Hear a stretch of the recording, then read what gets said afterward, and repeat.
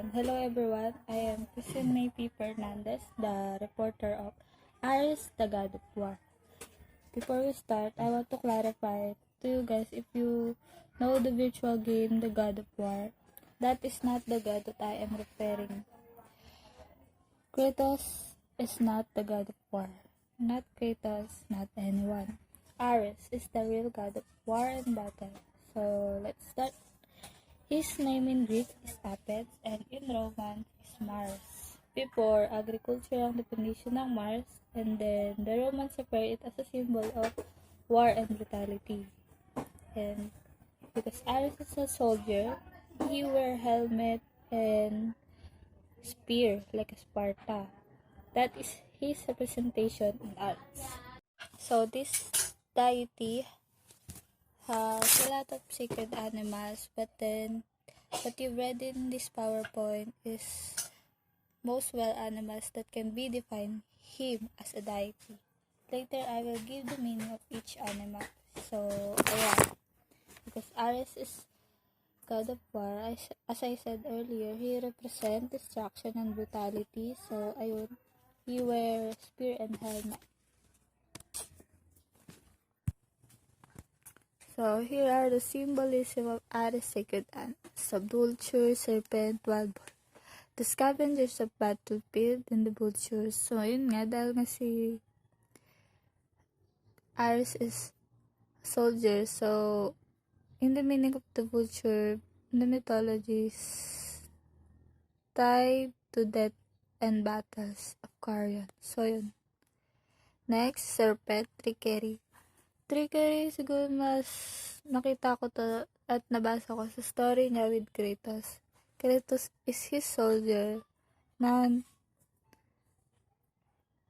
pinatay ang kanyang pamilya dahil sa sinabi ni Ares. Kasi naniniwala si Ares na pamilya ang pinaka-weakness ng isang soldier. So, para maging isang best warrior niya si Kratos, sinabi niya na kailangan niyang patayin ng pamilya niya. I don't know how, but it's in the book. Panoorin niyo itong isang clip na ipapanood ko sa inyo. I was trying to make you a great warrior. You succeeded.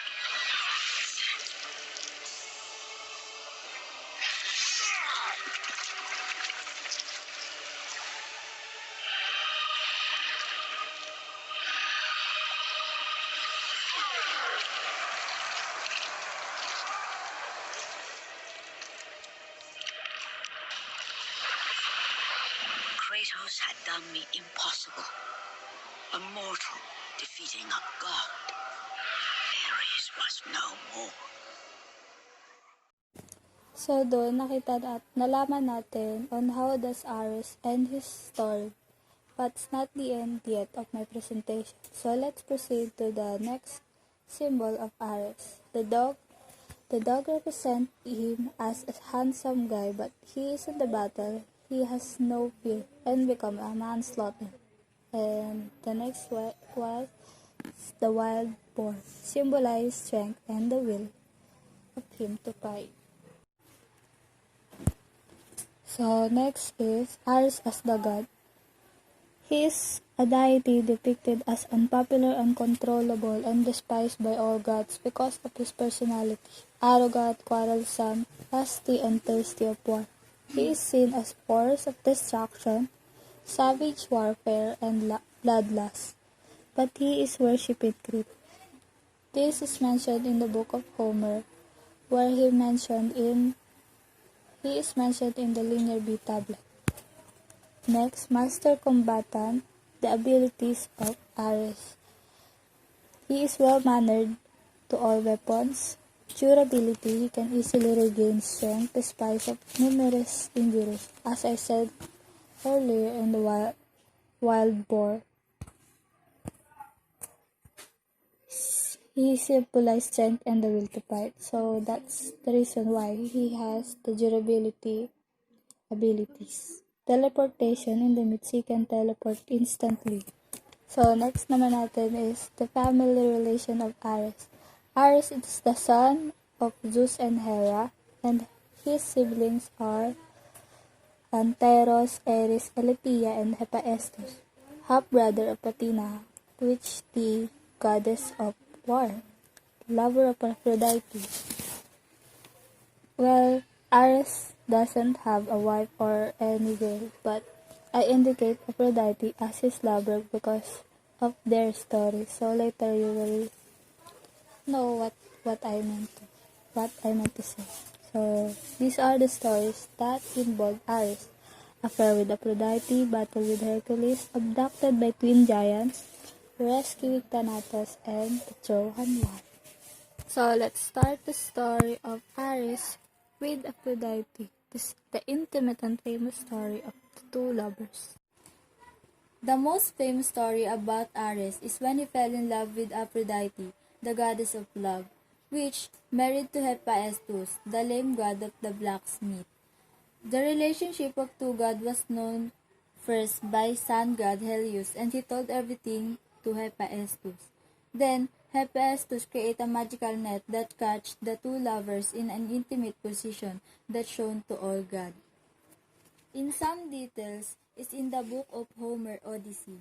Ares was punished of temporary banishment from Mount of Olympus. So ito naman sa battle with Hercules. Ang story nito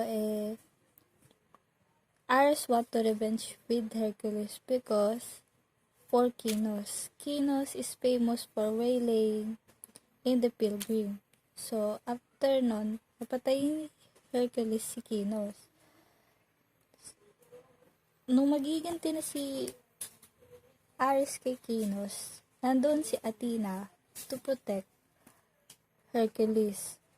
Actually, hindi lang pinotektahan, she also managed to wound Ares at that time. So yun na, sabi ko na rin sa inyo na maraming anak si Ares.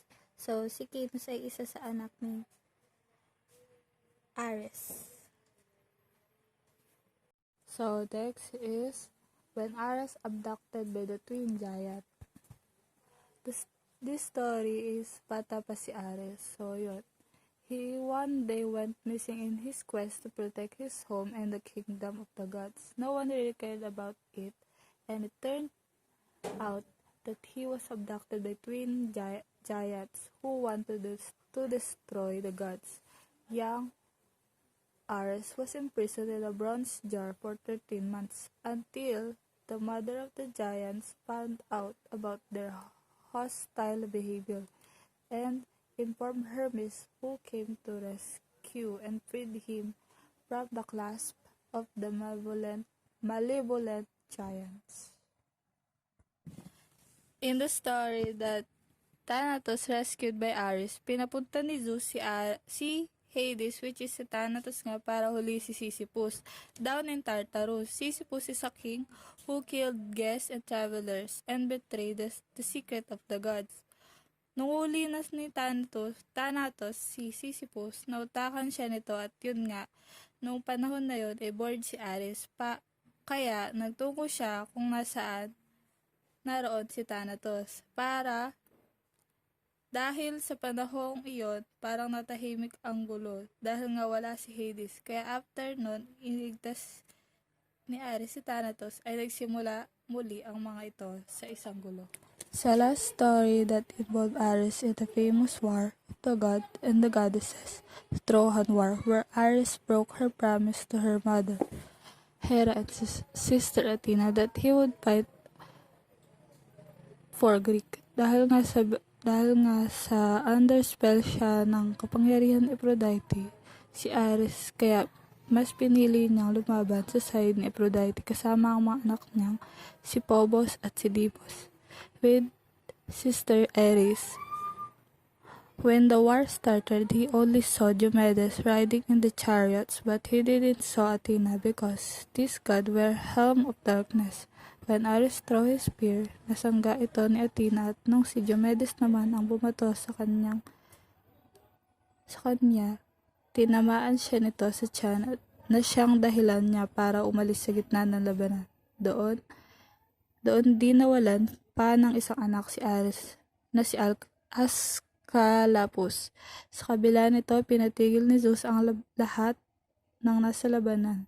Gusto sanang gumanti ni Ares, ngunit hindi ito pinagbigyan.